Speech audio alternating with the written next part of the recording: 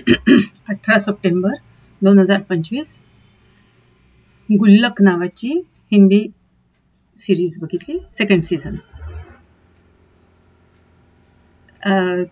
Typical middle class फॅमिलीचं इन्सिडन्सेस, एक एक एक एक एक घटना त्याच्यामध्ये. शेवटी थोडंसं इमोशनल होत आहे.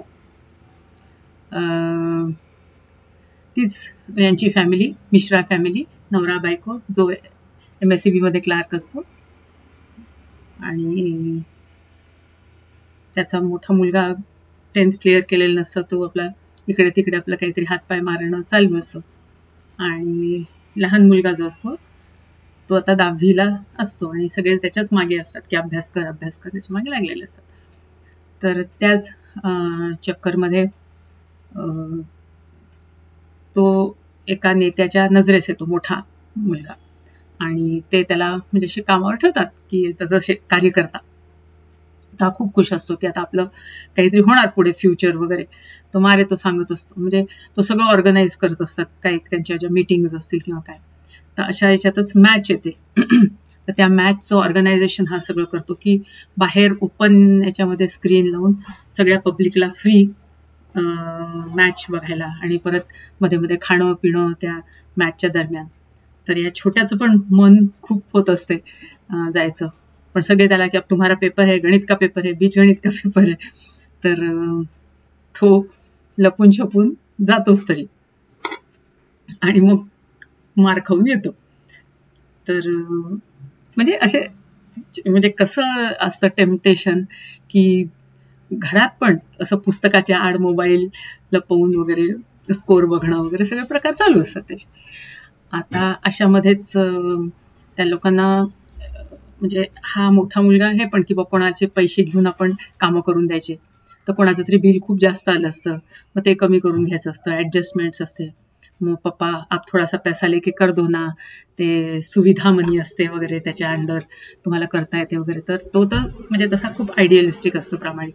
पण आता मुलांच्या खातर तो ठीक आहे, म्हणजे तो आपल्या मित्रांना विचारतो, अरे आम्ही तर 4-5 वर्षापासून करतोय, काही प्रॉब्लेम नाही वगैरे वगैरे. शेवटी लोक बसतात, ठरवतात की भाई कोणाच्या मागे किती घ्यायचे वगैरे, किती बिलं करायचे. आणि ते चालूच असताना न्यूज येते की धाड पडलीये, रेड हँड पकडल्या गेलेत ह्या लोक, सुविधा शुल्कच्या खाली येते. तर झालं, परत ते लोक कानावर हाटत, नाही बाबा आपण हे असलं काही काम करायचं नाही. मग त्याच्यातच एक दिवस यांच्याकडे किटी पार्टी असते. तर किटी पार्टी मध्ये हे लोक म्हणतात की नाही, एकदा काहीतरी फ्री हे असतं चेकअप. तर सगळेजण हिला इन्सिस्ट करतात, तू पण जाऊन चेकअप करून ये.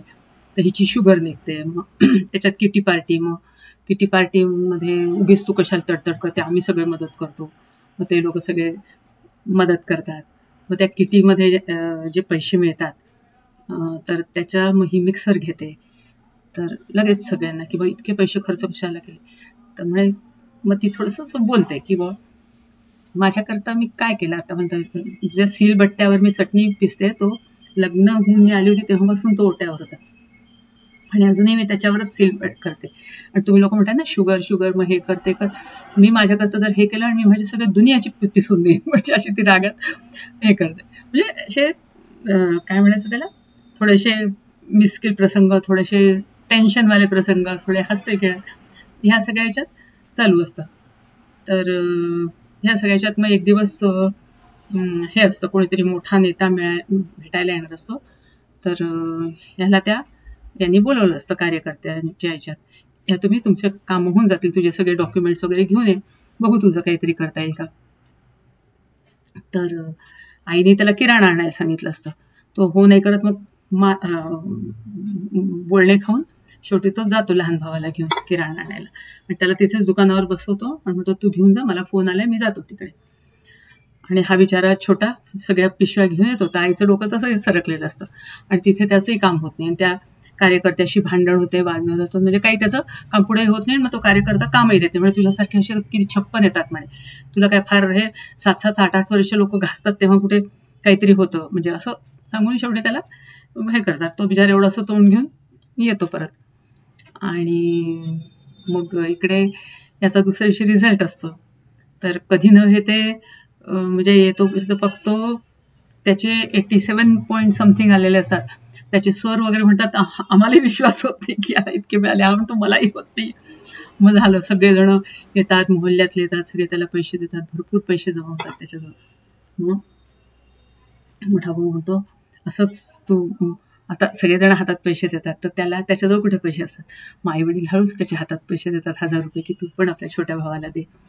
मग तो पण देतो आणि मग तो म्हणतो आता हे इतके पैसे जमा झाले, हे सगळे आता गुल्लकमध्ये ठेव आणि पुढे तुला काय केव्हा लागतील तेव्हा ह्याचं करणे. असंच पुढे पुढे जात राहा, मला खूप आनंद होईल. मी तर काही नाही करू शकलो. तो म्हणतो तू करू नाही शकलो नाही, तू करतोय म्हणे, तुझ्या परीने तुला जेवढं जमलं तू केलं. मी पण प्रयत्न केला माझ्या, आणि मलाही वाटलं नव्हतं एवढं मिळतील, पण मिळाले.